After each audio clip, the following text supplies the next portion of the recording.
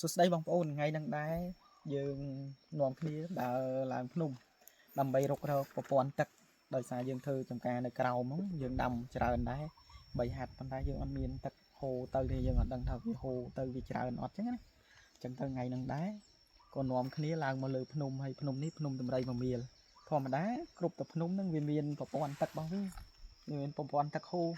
ប៉ុន្តែជាក់ស្ដែងទៅយើងអត់ដឹងថាហូរទៅណាដល់ពេលថ្ងៃហ្នឹងយើងចង់ឲ្យច្បាស់ដែរថាតើប្រព័ន្ធមេទឹកវាធ្លាក់ទៅវាភ្នំធំអត់ហើយច្រើនអត់ឥឡូវថ្ងៃហ្នឹងយើងចូលមកឥឡូវចំណុចដែលខ្ញុំឈរគឺឈរលើកពូលភ្នំវាមិនតាន់ដល់កពូលខ្លាំងទេគាត់ថា 90% លើកពូលហ្មងនេះភ្នំតម្រៃពមៀលដែរបងប្អូនមើលពីខាងទៅឃើញហ្នឹងហើយឥឡូវមិនតិចទៀតខ្ញុំនឹងនាំបងប្អូនឲ្យទៅឃើញអាទឹកជ្រោះអាចនិយាយថាលំហូរទឹកហូរចុះពីភ្នំទៅដើម្បីឲ្យទៅដល់ចំការខ្ញុំបាទនៅក្រោមចំការខ្ញុំហើយចាំខ្ញុំថតចំការខ្ញុំនេះហ្នឹងឲ្យបងប្អូនមើល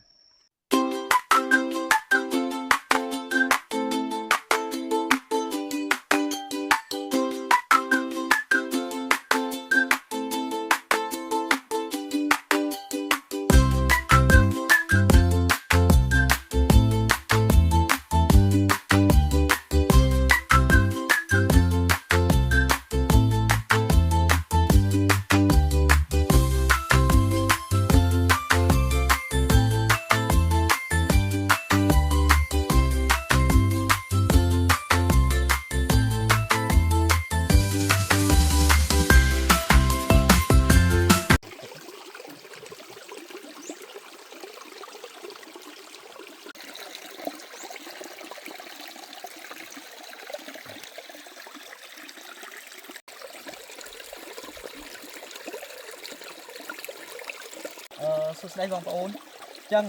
ត្រឡប់មកវិញបន្ទាប់ពីយើងបានស្វែងរកអស់រយៈពេល2ម៉ោងទើបយើងឃើញថាលើភ្នំនេះមានបន្លាយទឹកមួយដែលវាធ្លាក់មកពីភ្នំធំអញ្ចឹងទឹកនឹងដែរវានឹងធ្លាក់សម្ដៅទៅដល់ជើងភ្នំដែលវាទៅជាប់ផ្ទុយដីខ្ញុំអញ្ចឹងបានតិចទៀតខ្ញុំនឹងយកទឹកហ្នឹងទៅប្រើប្រាស់ដើម្បីស្រោចស្រពដំណាំហើយដំណាំសណ្តែកគួរដាំត្រសក់ដាំអលឹកអញ្ចឹងណានៅក្រោមនោះហើយឥឡូវយើងស្វែងរកប្រភពទឹកឃើញទឹកនេះអាចនិយាយបានថាទឹកជ្រោះលើភ្នំដោយសារយើងធ្លាក់មកពីលើភ្នំត្រជាក់ខ្លាំងនៅខាងនេះមិនសូវមានអ្នកដឹងថាកន្លែងហ្នឹងមានជ្រោះមានអីទេមានទឹកហូរអញ្ចឹងទេតែទោះតែយើងស្វែងរកដែរដោយសារវាអាចមានប្រភពកន្លែងផ្សេងវាច្រើនជាងហ្នឹងប៉ុន្តែឥឡូវយើងឃើញកន្លែងហ្នឹងថាវាល្អដែរឲ្យតែវាហូរគូប្រាំងគូផ្សារអញ្ចឹងអាហ្នឹងយើងអាចយកវាទៅប្រើប្រាស់បានអត់អីទេបើជាក់ស្ដែងបងប្អូនទឹកខ្លាវាអត់ដឹងធ្លាក់មកពីណាទេដោយសារយើងរុកព្រៃចូលអត់កើតយើងរុកអត់កើតទេសិតតែព្រៃបងប្អូនមើលនេះក្នុងព្រៃហ្មងហើយអានេះមានផ្លូវចូលទៅវាចូលទៅវាទៅភ្នំខាងវិញវាអត់ឡើងទៅលើទេអានេះបើយើងចង់ដឹងថាប្រភពទឹកអាងទឹកធំនៅចំណាអាហ្នឹងលុះត្រាតែយើងជាយាមកាត់ព្រៃតាមនេះប៉ុន្តែមើលទៅចូលអត់ចុះទេចូលអត់ចុះដោយសារវាព្រៃខាងពេកអញ្ចឹងសរុបមកវិញយើងនឹងមើលថាតើទឹកហ្នឹងចុះដំណាក់ទី2នោះនៅត្រឹមណាហើយទៅដល់ត្រឹមណាស្នុកយើងដាក់ម៉ូទ័របូមទៅស្រោចស្រពដំណាំរបស់យើងតែឥឡូវអ្វីដែលចង់បង្ហាញបងប្អូនគឺយើងមានទឹកហើយនេះគេហៅថាទឹកជ្រោះគាត់ថាវាមិនដូចខេត្តគេទឹកជ្រោះវាហូរមកខ្លាំងហ្មងប៉ុន្តែនៅនេះខាងតាកែវឲ្យតែវាបានហូរប៉ុណ្ណឹងជ្រោះប៉ុណ្ណឹងបានហើយយើងបាច់រកធំដុំពេកទេឲ្យតែបានប៉ុណ្ណឹងហើយបើតាមសួរបងដែលគាត់ឡើងមកកាប់តាំងកាប់អីគាត់ថាទឹកហ្នឹងហូរខួបប្រាំងខួបភាសាខែប្រាំងក៏ហូរដែរខែភាសាវាច្រើនជាងហ្នឹងមិនតិចប៉ុន្តែបើខែប្រាំងគឺនៅប៉ុណ្ណឹងតែហ្មងទឹកតិចបំផុតគឺប៉ុណ្ណឹងអញ្ចឹងអត់អីទេយើងអាចប្រើការបានទឹកហ្នឹងតោះយើងទៅមើលដំណាក់ទី1ទៀតថាតើទឹកហ្នឹងដល់ដំណាក់ទី1វាស្តុកនៅចំត្រឹមណាហើយស្នុកយើងទិញទៅយកទិញអីបូមវាឡើងយើងនឹងឆ្នៃធ្វើបូមឡើងស្រោចកប់ដំណាំរបស់យើងតោះច្រើនដូចជាបើខាងនោះមានល្ពៅមានអលឹកហើយខាងនេះមានសណ្តែកគួរអញ្ចឹងអ្វីដែលខ្ញុំសូមស្នើសុំឲ្យបងប្អូនជួយគ្រប់គ្រងផងជួយ like ជួយ share ជួយគ្រប់គ្រងផលិតផលខ្មែរអញ្ចឹងណាហើយខ្ញុំដាំនេះជាដាំជាជីកំប៉ុស្តទេឥឡូវបងប្អូនមើលជាក់ស្ដែងខាងនោះមើលខាងនោះជើងភ្នំតែហ្មងខ្ញុំដាំជើងភ្នំអត់មានបន្លែគីមីទេបើសិនជាបន្លែគីមីគឺខ្ញុំអត់ចែកជូនឲ្យបងប្អូនទេដោយសារវាអាចធ្វើប៉ះពាល់ដល់សុខភាពយើងដែរ chẳng tới cô nhung xong lại chắc thá đám vía chi công bò hay nụ chỉ công bò nhung ai cô thường là thang lúc đang ai thọ để bóng ôn dương mơ tới thầy chui quan trổ phó ở lời đi bao nhiêu tới lại dưỡng ghi tâm năng đột phân y tế chẳng phải hay chỉ mặc hai thiết dương năng ai bỏ lụa trôi không tìm xa bán hay tìm xa đại dương trái nắng miền đôi chi xa bèn đá xa ong sầu xa ong cà chẳng xa bay nắng thì cô đào bao dương chẳng chạy đây bà xin cho miền bóng ôn nơi thang Phnom Penh rồi mùi thang cái lại na đây chất trứng á ai tệ nè tân đồn trong bó đông hay trứng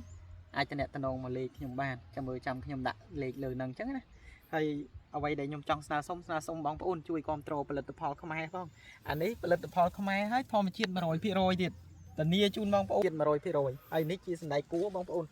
អ្វីដែលយើងត្រូវដាំហ្នឹងសណ្ដែកគួរហ្នឹងយើងដាំច្រើនដែរយើងដាំទៅខាងនោះមកថែដី 4-5 A ទៅខាងនោះហើយខាងកតុយដីនោះយើងនឹងដាំដូចជាសសក់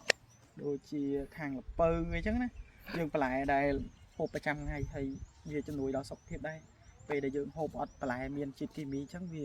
អត់ប៉ះពាល់សុខភាពទេបើយើងផលិតជាក់ស្ដែងទៅវាល្អមែនទែនណាដាំនេះដាំដោយធម្មជាតិបងប្អូនដាំដោយអត់មានជាតិគីមីសោះតែហ្មងហើយតងលពៅនេះប្រហែលជាលងពេលធម្មខែទៀតទេយើងបានប្រមូលផលហើយចឹងអ្វីជាក់ស្ដែងហ្នឹងគឺយើងធ្វើដោយអត់មានប្រើគីមីសោះតែហ្មងដោយសារនេះជើងភ្នំឥឡូវបងប្អូនមើលនេះរោងខ្ញុំហើយខ្ញុំធ្វើនៅជើងភ្នំតែហ្មងវាអាទឹកដែលខ្ញុំទៅឆែកមិញហ្នឹងខ្ញុំទៅមើលមិញហ្នឹងទឹកជ្រោះមកគឺធ្លាក់មកកតុយដីខាងនេះធ្លាក់មកកតុយដីខាងនេះយើងបូមមកដាក់ខាងនេះចឹងយើងធ្វើមានលពៅមានតសក់មានសណ្ដែកគួរនៅខាងនោះមកកណោដែរហ្នឹងចឹងមិនតិចទៀតប្រហែលជាខ្ញុំកាត់លក់ចឹងបងប្អូនកុំភ្លេចជួយគ្រប់គ្រងផងហើយផ្សារគោលដៅរបស់ខ្ញុំហ្នឹងគឺលក់មាន3ផ្សារផ្សារពាំងដើកផ្សារអង្គការនិងផ្សារអង្គសោមចឹងបើសិនជាអាចអីបងប្អូនជួយគ្រប់គ្រងផងនេះទី1វាផលិតផលខ្មែរ 100% ទី2គឺធម្មជាតិហ្មងអត់មានជាតិគីមី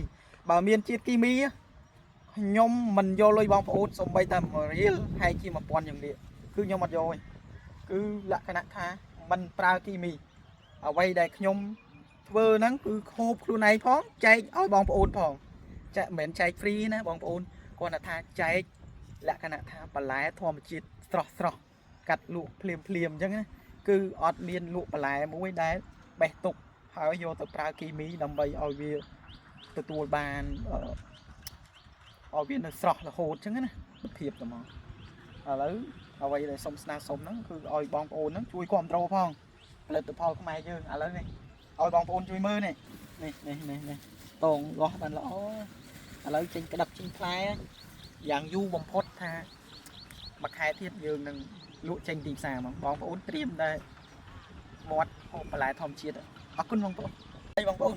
ដូចខ្ញុំបានបញ្ជាក់ប្រាប់បងប្អូនពីដើមអញ្ចឹងណាថាខ្ញុំមិនមែនដាំតែមួយមុខពីរមុខទេគឺខ្ញុំដាំច្រើនមុខអ្វីដែលជាក់ស្ដែងគឺមានលពៅមានស្នែកគួរមានតសក់ហើយជាក់ស្ដែងនោះបងប្អូនមើលនោះខ្ញុំដាំដល់កតុយដីប្រហែលជា3ហាត់ដែរគាត់ថាយើងតំដាំបានពាក់កដាលទេវានៅសល់ពាក់កដាលទៀតយើងអត់ទាន់ដាំទេដោយសារគោលដៅរបស់យើងដាំនេះមិនមែនចែកចាយទៅនៅក្នុងភូមិឃុំហ្នឹងទេគឺយើងចែកចាយទៅដល់ផ្សារនានាបាទល្អខ្លាំងណានេះជាអាឡឹកក្នុងរយៈពេលប្រហែលជាមួយខែទៀតបងប្អូនបានហូបអាឡឹកជើងភ្នំអាឡឹកអស់គេដាំតាមវាលស្រែវាអត់សូវមានជាតិវីតាមីនទេ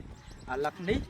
យើងដាំដោយជីកំប៉ុស្តហ្នឹងទី1ទី2វាជាដីប្រភេទដីជើងភ្នំដីខ្សាច់ក្រហមអញ្ចឹងទៅវាធ្វើឲ្យអាឡឹកហ្នឹងមានជាតិផ្អែមខ្លាំងហ្មងខ្ញុំធ្លាប់ដាំវាភាពខុសគ្នាដាំដីស្រែហើយនឹងដាំជើងភ្នំវាខុសគ្នាហ្មងឥឡូវចាំមើលកន្លះខែទៀតឬមួយខែទៀតបើសិនជាវាប្រមូលបានផលថ្ងៃណាខ្ញុំនឹងប្រាប់បងប្អូនហើយខ្ញុំនឹងតម្លាក់លេខតម្លាក់ទីតាំងបងប្អូនអាចកម្មង់បានហើយជាពិសេសអ្វីដែលខ្ញុំទីផ្សារគោលដៅរបស់យើងគឺនៅពាំងដើកគឺទី1ទី2គឺនៅផ្សារអង្គការទី3គឺនៅអង្គសោមចឹកបញ្ជាក់ម្ដងទៀតពាំងដើកអង្គការហើយនឹងអង្គតសោមគឺផ្សារ3ហ្នឹងជួយគ្រប់គ្រងផលិតផលខ្មែរផងបងប្អូនយើងខ្មែរគ្រប់គ្រងខ្មែរគ្រប់គ្រងផលិតផលដែលគ្មានជាតិគីមីចឹងអរគុណ